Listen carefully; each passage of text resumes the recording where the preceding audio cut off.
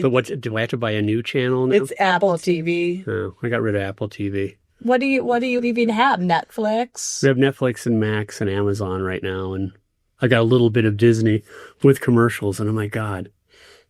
Well, everything else, you got like all might have commercials. I don't do commercials. Oh, wow. I do commercials on everything. I'm a true consumer. I just, I haven't watched regular TV in like 20 years, so commercials. I don't even like the Super Bowl commercials. It's so fun how really? You got YouTube. You can go back and look at it later and not have to watch 20 other ones you don't like and watch football. That's part of the experience. Again, true consumer. Watch the ones you like and you don't like. And then next thing you know, you're buying a gallon of Dr. Pepper all the time. This is The Naturalist. In every episode, we're covering the products, ideas, and trends that are shaping the CPG industry. Or that we just really like. We're excited to have you. Yeah, thank you. Welcome. It's been a while. You haven't seen you guys since the old location. Oh, yeah. I remember that conversation. We went deep into berberine. And we'll talk about berberine again today, of course. So, Rick Polito, Editor-in-Chief of Nutrition Business Journal. Yeah, and we're like a month out from Expo now, so obviously you saw a lot there, but you're always seeing stuff and talking to industry people and supplement trends. Yeah, last episode we talked a little bit about what does it mean to be like a trend that has staying power, and I know you're always looking at that for NBJ. What are some of the things that we want to write about that aren't going to be here today, gone tomorrow? So I think a lot of the things we'll discuss are probably ones that you believe are here to stay, but it might be fun to talk about some of the others as well. Well, let's start with some of those. What are like the most influential things right now? Well, we can't talk about nutrition in general right now without, and we talked about it last time, we can't talk about it without saying the Ozempic Effect. I mean, that was a couple years ago that we were together and brought up a lot of that. But since then, we put out a whole report, supplements in the Ozempic Age.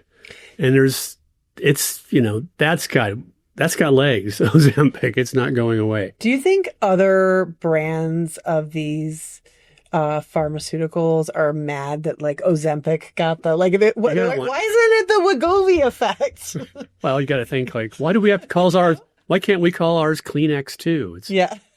Why do we have to keep saying facial tissue or whatever? It's the same thing. So let's talk about this for a second, Rick, though, like the Ozempic effect. And you look at it through the lens of how supplement companies are aligning with Ozempic or GLP-1 users, but then also how companies are innovating in that area to potentially offer an alternative. So which one of those forces is most impactful, alignment or alternatives? Well, when we did our Ozempic Age report, because we talked about before, during, and after.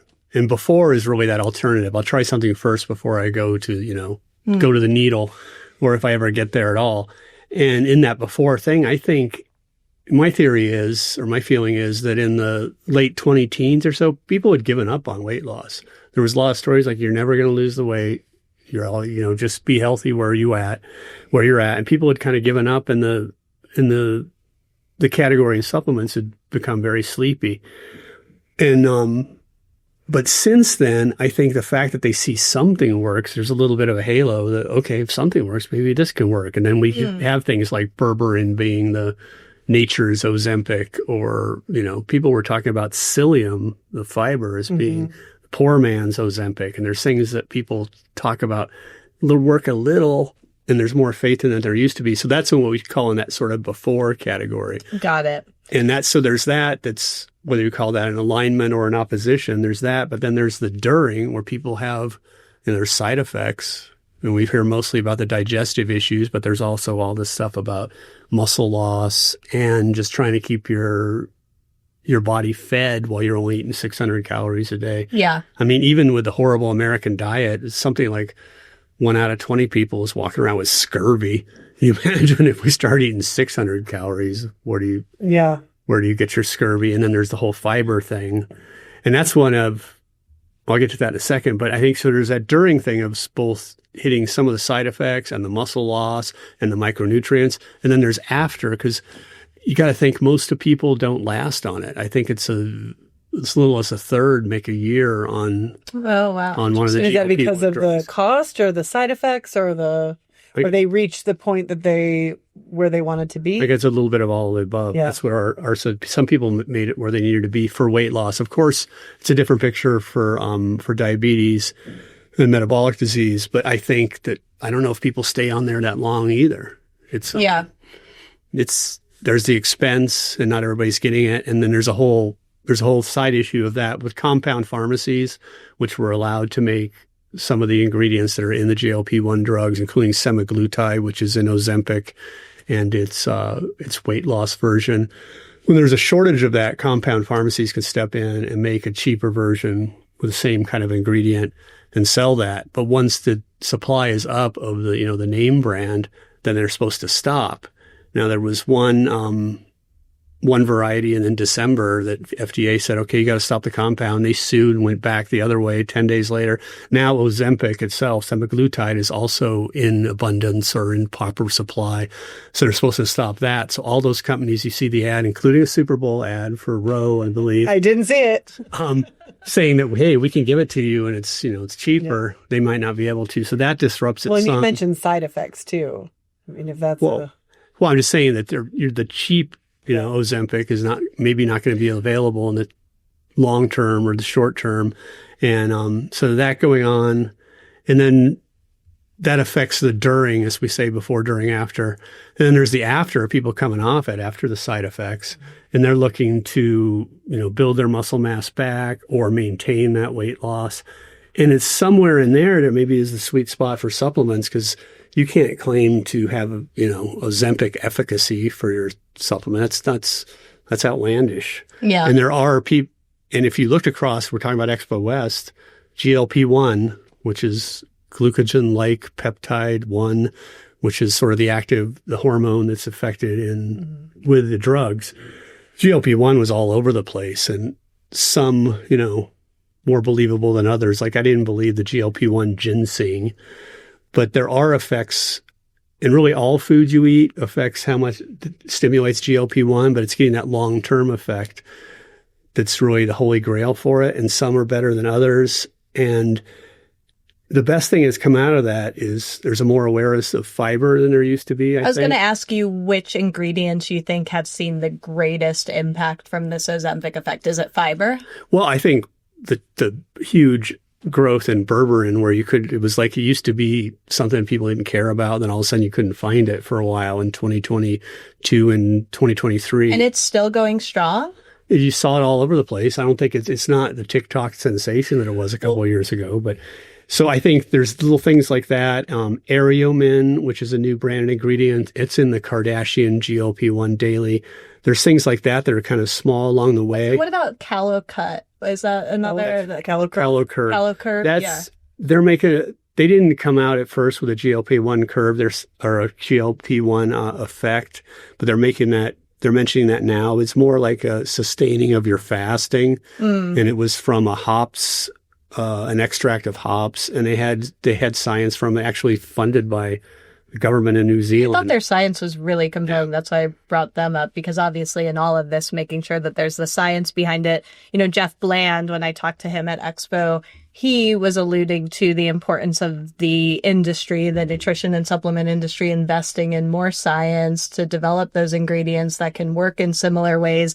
Callie Means, during one of the sessions, kind of challenged the whole industry and said, this is ridiculous that there's this alignment with the pharmaceutical industry. What do you think about that? Like, do you agree or just? I don't agree. I mean, obviously, I think there's a picture that you can just live naturally and you live healthily and you're going to be the proper weight. And people think it's more complicated that obesity, at least is close to a disease state. And to judge people, they're not just eating healthy enough or not exercising hard enough. It's harder than that.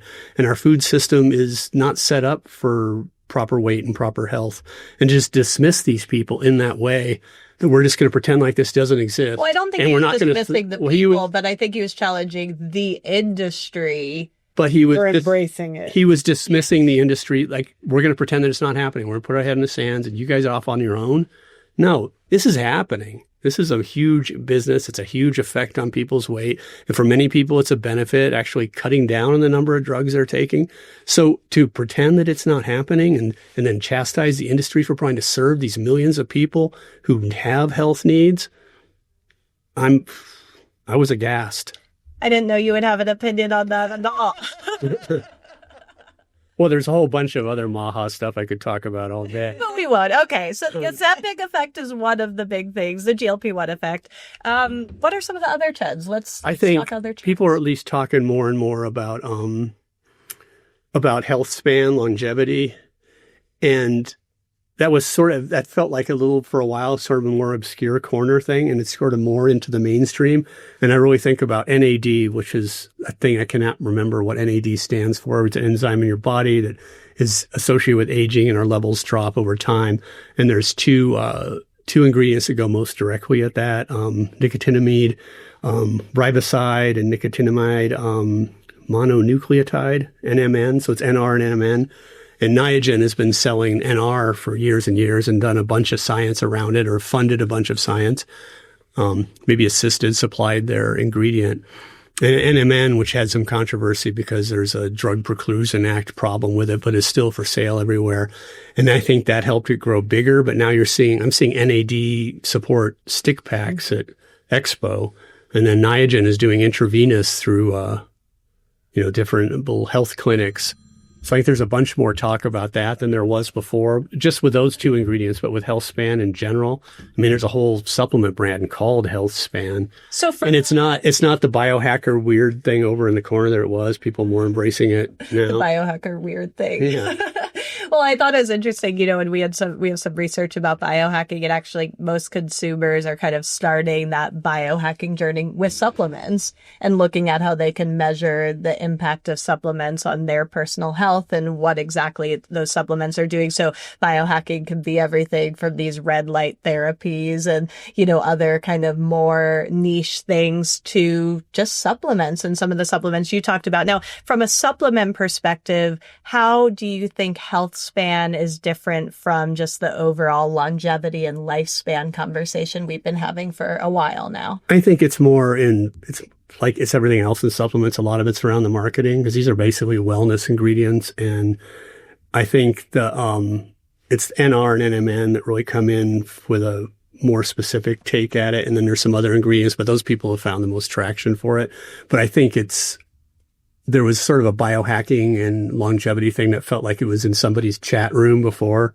And now it's more out in the focus of the expectations of aging have changed a lot. Yeah. I often say I'm not as old as my dad was when he was my age. It's because you work at it in a different way than people had before. And the expectations of it, we live longer, we want to live better. Yeah. And I think that's the big piece, right? Optimizing rather than just preventing and extending, but really optimizing. Yeah. And I think a lot of that is around the cognitive wellness space. Yeah, cognitive is huge. And that's a high anxiety thing, and it's a harder thing. It's so mysterious. Like, how do you really control it? I know we probably all worry about it. I worry about it more than most. I'm a brain injury survivor. And so I think that cognitive thing is a big piece of it. But I think it's all about living them well as long as you can. I'm maybe not trying to put off the eventual date, but then have you heard the term compressed mortality? Mm-mm. If you live really well and then you die really fast. So we're going to have hemlock. Sounds like a plan. Yeah. There's going to be hemlock lozenges at Expo. You can walk around in Boulder and pick some hemlock and eat it. Yeah, that's right. It's all over the place. Compress your mortality. It's a sad thought, but I mean, isn't that how we all want to go? Yeah. All right, very abrupt transition now. Colostrum. Let's talk about colostrum. It's the thing I remember it's always been there a little bit. Mm. And then a couple years ago, God, what's the name of the company now? I'm blanking on their company. It'll come to me like 5 minutes from now. Anyway, they were pushing around immunity and sort of like right around the pandemic, and they didn't find a bunch of traction. But in the last, say, year and a half or so with Armra, is that their brand? I think so, yeah. I think they did a big marketing push, and all of a sudden colostrum is everywhere. And people are talking about for immunity and skin. On Delicious, Delish, like the food website, on their Instagram, they have something about a colostrum ice cream. They were just I haven't heard that one. yeah, I should pull it up. Yeah. Carry on. I'm gonna pull this up. I'm gonna fact check myself in real time. I'm remembering that was Nature-Aid, I believe, that had one. It was right around the pandemic, which would have been a great time for immunity, but I don't know if it found that much traction then. But then Armra in the last year and a half, it's skin, it's gut, it's beauty, it's got the everything in it. And the innovation thing that I saw at Expo was a new ingredient, and the company brand was Helena, I believe, but it was a precision fermented human equivalent lactoferrin. So colostrum is bovine colostrum, and now we're getting like matching human equivalent. Well, it doesn't sound like fun off the top, but it's happening. There was that kind of trend, or it was like a thing everybody was talking about a few years ago that was like women giving breast milk to their husbands for their athletic. Yeah. Or like it was I'm totally butchering this, and I don't think there's any way to fact check. It was like a thing. Yeah, and just in case you were wondering what I found through Delish, it was breast milk ice cream. I just tweaked it and said colostrum, so it's actually... Is it personalized? Send in your breast milk, they'll send you back some ice cream? Yeah. Well, I did see it. I don't know. Get your own ice cream maker.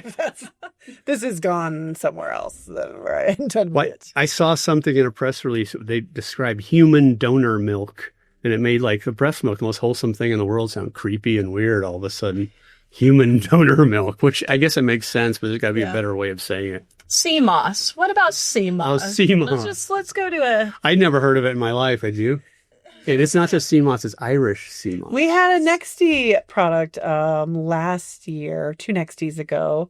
The moss beverage, the Irish sea moss beverage, that was the first one. But then this year is when I really started seeing it like in supplements. You had mentioned in your column on newhope.com, and kind of going beyond the... What does it do? I think everybody puts in skin, gut, and immunity, but mainly gut. And it's rebranding seaweed, basically. But it almost sounds like a drink, doesn't it? I'll have an Irish sea moss. Sounds good. I was just lamenting the other day about the fact that I can't do an Irish accent. Try. Let's do right now. I really can't. It would be... I used to try to do it for my Irish friend, and she said mine was horrifying. So I'm not going to... No. Well, I used to have a theory that everybody could do at least one celebrity voice, and then I found out that almost nobody can do one. The only thing I can do is impersonations of dogs. Oh. Okay, let's hear it. No, it just their mood. Like, just... any dog. Okay.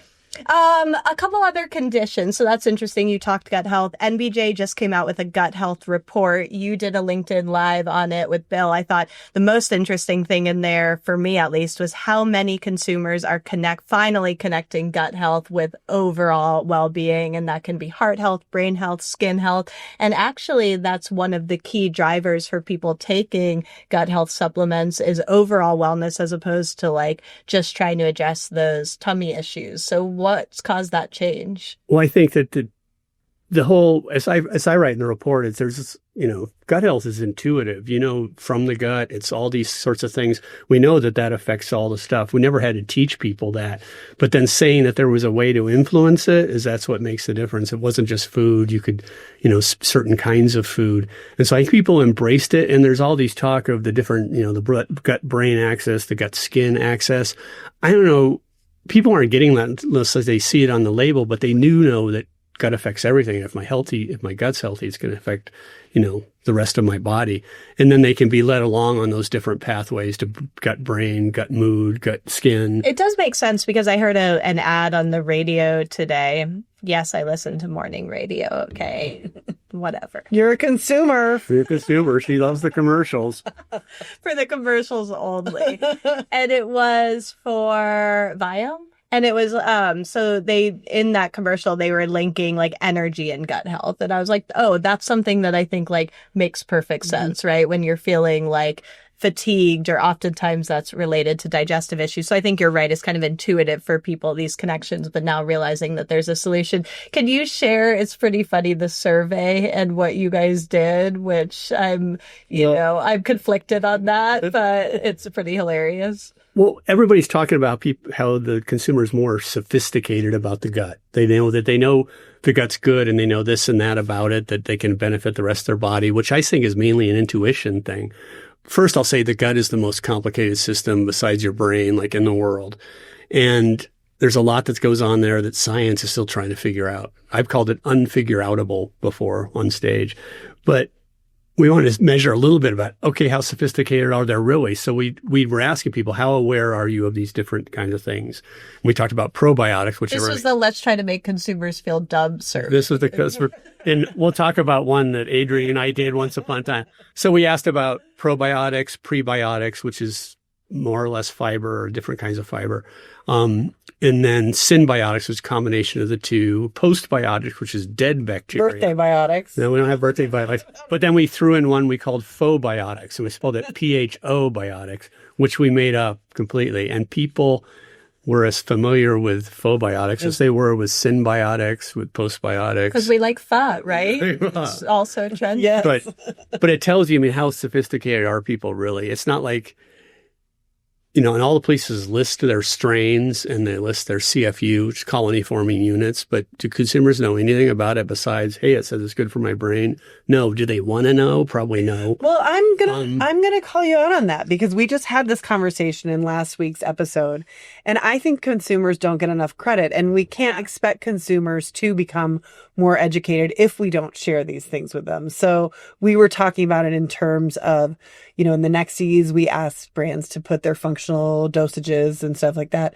A lot of times they're not on the drink or on the food, but they have all that information. They just don't share it with consumers. So I'm going to say we have to start helping consumers get to where we want them to be, and put a little bit more trust in them as well, that they want to be there. And I'm going to agree with you, not just because I want you to not be mad at me anymore for taking your seat, but because twice in a row. I think the onus is on, with this conversation, on the industry to educate what is a prebiotic, what is a postbiotic, not to just not to say, oh, well, consumers don't know and that's their fault. Consumers don't know, because I don't think this industry, and this one meaning nutrition, and specifically with that, in that the gut health space, has done a very good job on what is everyone knows probiotics now, but prebiotics and postbiotics, there just hasn't been a lot of consumer education out there. And, without that, how can consumers be expected to know? Yeah, I'm not saying education isn't important, but I wonder how much, there's a lot these are some crazy scientific concepts, and there's a lot of terms that are thrown around with these different strains do this, different strains do that. Postbiotic, by the way. Postbiotic is a dead probiotic poop. Well, I think it's the other day. As I understand it, it's the bacteria, but they're dead, so they're going in there, and they're the dirty secret of probiotics. I think that's a pretty accurate description. It's kind of like they're already dead when they get there, instead of dying as soon as they do get there. Because probiotics don't live in your gut in a huge way. I'm a skeptic on probiotics, but prebiotics, and here's the education I want to see is no, you're not eating enough fiber. If you look at our survey, something like 2/3 of people said, oh, I'm eating enough fiber, which is 20 to 30 grams a day, or so I put it like the equivalent of 20 tangerines, or like 8 apples, or around 8 apples. And, people aren't getting it. It's only 5% of them. Only 5% of them. This has been your call to action for years, as long as I've known you. And so let's give the education on that. Here's how to know if you're eating enough. Here's the benefits of it, which is not just, poop as it's always been sold. Yeah. But it's blood sugar, it's heart, it's mood, it's feeding the bacteria that are already in your gut that have a good chance of living, and feeding the right ones, and creating the diversity in your gut. So that education. Fierce. Fiber. Just fiber warrior. And I think it's that if there's a nutritional crisis, it's that one. It's not, protein. So fiber versus protein. It's way more likely you're getting enough protein than you're getting enough fiber. But that's so if we loop it back to Ozempic and seeing fiber on the front of packets, that's one of the good benefits, is people are starting to think about, I can use this for weight loss, and it is there for satiety. It is there for blood sugar. So I think that's one of the benefits of it. And I think that's the most important story of gut health. If you want to share educate consumers on it's that one. Yeah, like I said, the commonly used statistic is only 5% of people eat enough protein because most people aren't enough getting protein or enough fiber. Enough fiber rather, and people aren't eating their 5 servings of fruits and vegetables, or they're calling French fries their vegetable for the day. Ketchup. I had that argument with my kids. Banana ketchup? Also, that's a fruit. Get your fruit and your fruit. Get your fruit and your fruit. All right. Well, thank you so much, Rick. It gave us a lot to think about. Anything else? Any other trends that you just are like, I can't wrap this up without? I'm tired of hydration. Do you want to know more? Came to the wrong place. No, I'm in favor of water. I'm just a lot of fun thing you hear. Yeah. thumbs up on water, but the rest of you don't need. Most people are missing electrolytes when they're sitting on their couch. That's all I'm saying. So tell us how you really feel. All right, race is good. Thanks so much, Rick.